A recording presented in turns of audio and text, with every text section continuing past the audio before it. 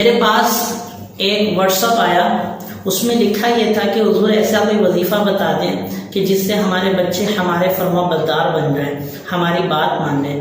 میں آپ لوگوں کو بتانا چاہوں گا، اس میں جو سب سے بڑا کردار ہوتا ہے نا، وہ ماں باپ کا ہوتا ہے۔ اگر ماں باپ سلجھے ہوئے نا، ماں باپ اچھے ہیں تو ان کی اولاد یقیناً اچھی ہوتی ہے، لیکن اگر ماں باپ سلجھے ہوئے نہیں ہے نا تو ان کی اولاد بہت مشکل ہے کہ کوئی نہ کوئی ایسا ہو کہ جو صحیح نکلے۔ نہیں تو عموماً یہ ہوتا ہے کہ جو باپ ہوتا ہے نا، بیٹا باپ کے نقش قدم پہ ہوتا ہے، وہ اپنے باپ کی طرح بننے کی کوشش کرتا ہے، اور جو بیٹیاں ہوتی ہیں وہ اپنی ماں کی طرح بننے کی کوشش کرتی ہیں۔ اس لیے کہا جاتا ہے کہ جب بچوں کی تربیت کرو تو اس طریقے سے کرو، اس طرح ان کو تہذیب سکھاؤ کہ جب ان کی شادی ہو جائے تو ان کے بچوں میں بھی یہ چیزیں اور یہ معاملات داخل ہوں۔ میں آپ کو ایک واقعہ سناتا ہوں۔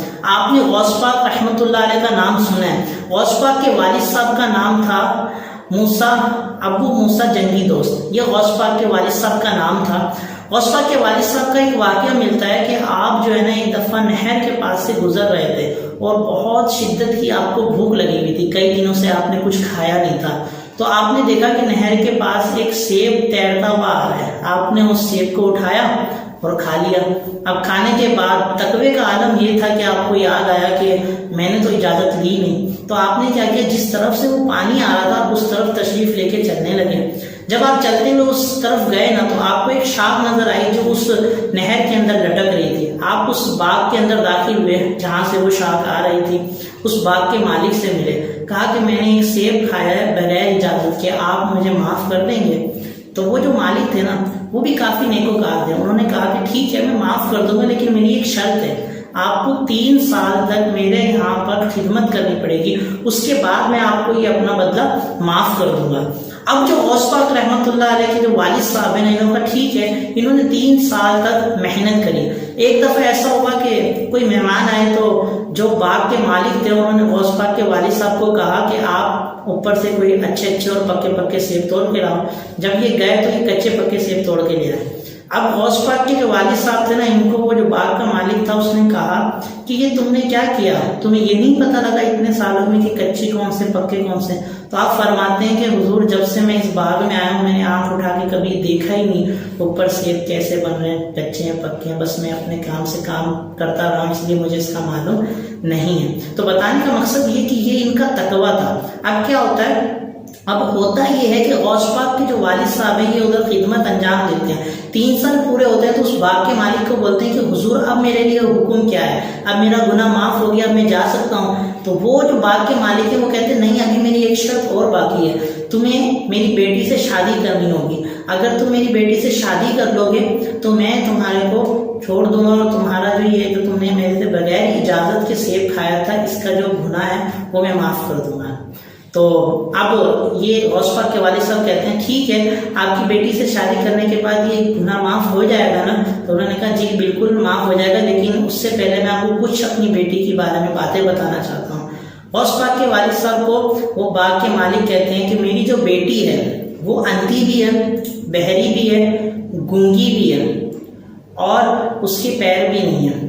اب غوث پاک کے والد صاحب کہتے ہیں ٹھیک ہے میں سب کچھ برداشت کر لوں گا، لیکن میرا گناہ معاف کر دیں گے آپ جو میں نے بغیر اجازت سیب کھایا؟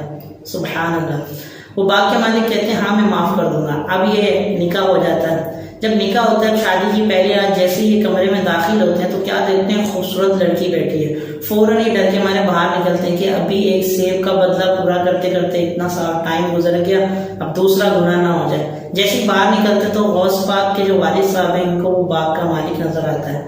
وہ کہتا ہے کہ کیا ہوا؟ تو غوث پاک فرماتے ہیں کہ آپ نے اپنی بیٹی کا جو حلیہ بیان کیا تھا نا وہ حلیہ تو ہے ہی نہیں، یہاں تو ایک خوبصورت لڑکی بیٹھی ہے، تو مجھے ڈر ہے کہیں اس کی وجہ سے میں دوسرے گناہ میں نہ پڑ جاؤں۔ تو وہ باغ کا مالک کہتا ہے یہی میری بیٹی ہے، میں نے آپ کے نکاح اسی سے کروایا ہے، آپ اسی سے آپ کی شادی ہوئی ہے۔ غوث پاک کے والد صاحب کہتے ہیں کہ حضور آپ نے تو کہا تھا کہ آپ کی بیٹی اندھی ہے، تو اب وہ بزرگ کیا کہتے ہیں؟ وہ کہتے ہیں دیکھو میری بیٹی اندھی اس لیے کہ اس نے میرے علاوہ کبھی کسی غیر محرم کو دیکھا ہی نہیں۔ کہا کہ بہری اس لیے میرے علاوہ کبھی اس کے کانوں میں غیر محرم کی آواز ہی نہیں پڑی۔ کہا گونگی اس لیے کہ اس نے میرے علاوہ کبھی کسی سے بات ہی نہیں کری، اور کہا کہ وہ اپائج اس لیے کہ وہ کبھی بھی غیر محرموں کے گھر گئی نہیں، صرف وہ اپنے گھر میں ہی رہی ہے۔ اس وجہ سے میں نے آپ کو کہا تھا کہ میری بیٹی ایسی ہے، آپ کو اسے شادی کرنی پڑے گی۔ غوث پاک کے والد صاحب اس بات پر شکر ادا کرتے ہیں رب کی نعمت کا کہ اللہ تعالیٰ نے اتنی اچھی ان کو زوجہ دی، اور پھر غوث پاک کے والد صاحب جو ہے نا اپنا گزر بسر کرتے ہیں، اور پھر جب یہ دونوں ملتے ہیں تو پھر اللہ تبارک و تعالیٰ ان کو ایک فرزند پیدا فرماتا ہے، اور وہ کون سا فرزند ہے؟ وہی غوث پاک رحمۃ اللہ علیہ۔ پھر ایسا بیٹا ہوتا ہے جو دنیا کو دکھاتا ہے اور دنیا کی تبلیغ کرتا ہے، اور آپ سب جانتے ہیں غوث پاک رحمۃ اللہ علیہ کے علمی مقام کو۔ تو یہ غوث پاک رحمۃ اللہ علیہ کی ولادت سے پہلے غوث پاک اور غوث پاک کے والد صاحب اور والدہ کا میں نے آپ کے سامنے تذکرہ کیا۔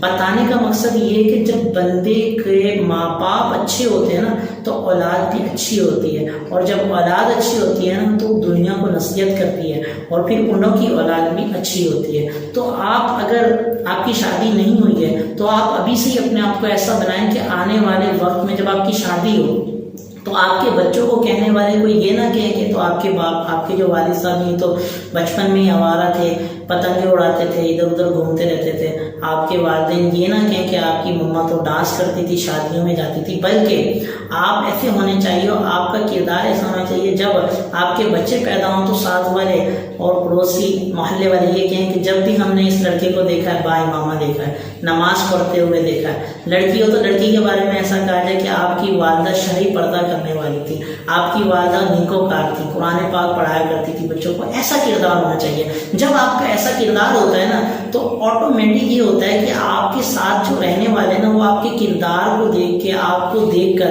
آپ کے بچوں کو بھی وہی چیز دکھاتے ہیں اور وہی چیز بتاتے ہیں۔ آپ ان کو جیسا دکھاؤ گے نا وہ ویسے ہی آپ کے بچوں کے سامنے پیش کریں گے۔ دیکھیں، ہم نے اور آپ نے مر جانا ہے، ہمارے بچوں کو ہمارے بارے میں دنیا نے بتانا ہے۔ جو ہم کریں گے وہ ان کو پتہ لگے گا، اور جو ان کو پتہ لگے گا اسی طریقے سے ان کا دماغ ریئیکٹ کرے گا۔ تو اگر آپ چاہتے ہیں آپ کے بچے اچھے ہوں تو اپنا کردار درست کر لیں۔ اپنا کردار درست کریں گے تو انشاءاللہ آپ دیکھیں گے کہ آپ کے ہوتے ہوئے اور آپ کے دنیا سے جانے کے بعد بھی آپ کے بچے آپ کے لیے کتنے سارے ثواب کرتے ہیں، کتنا آپ کے لیے کتنا کام کرتے ہیں، دنیا کا بھی اور دین کا کام بھی وہ کریں گے۔ آپ دیکھیں بزرگ رحمۃ اللہ علیہ کا انداز کیا تھا۔ انہوں نے پوری زندگی عبادتیں کی، لیکن انہوں نے شادی بھی کی، ان کے بچے بھی ہوئے، لیکن آپ دیکھیں کبھی آپ ان کا معاملہ نہیں سنیں گے کہ فلاں کو فلاں نے کر دیا یا کسی نے کچھ کر دیا، یا بزرگ کے فلاں بچے نے بزرگ کے ساتھ برا کیا، کبھی نہیں سنیں گے۔ کیوں؟